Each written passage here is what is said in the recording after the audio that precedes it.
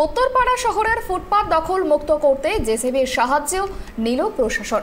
মুখ্যমন্ত্রীর নির্দেশে রাস্তা ফুটপাত বেআইনিভাবে দখল করা নিয়ে কড়া মনোভাব নেওয়ার পর বিভিন্ন পুরসভা এলাকায় দখল মুক্ত করতে ব্যবস্থা নিতে শুরু করলো পৌরসভা। এ নিয়ে বিরোধীদের সমালোচনা শুরু হতেই 1 মাস সময় দেন মুখ্যমন্ত্রী। কোন এলাকায় কত দখল আছে তা সার্ভে করতে বলা হয় পুরসভার প্রশাসনকে। হুগলির উত্তরপাড়ায় দখল হঠাতে নামানো হয় জেসিবি। বালিখাল থেকে রাস্তার ধারে দখল করে গজিয়ে ওঠা দোকান ভেঙে দেওয়া হয়।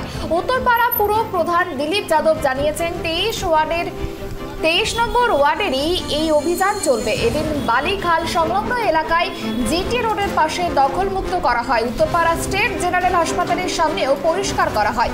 বহু বছর ধরেই ফুটপাতেই যাদের রুজি রোজগার জায়গা ছিল তাদের দোকান ভেঙে সরিয়ে দেওয়ার সমস্যায় পড়বেন তারা। তবে শহরের রাস্তাঘাট দখল হওয়ার ফলে যানজটে পড়তে হয় সাধারণ মানুষকে।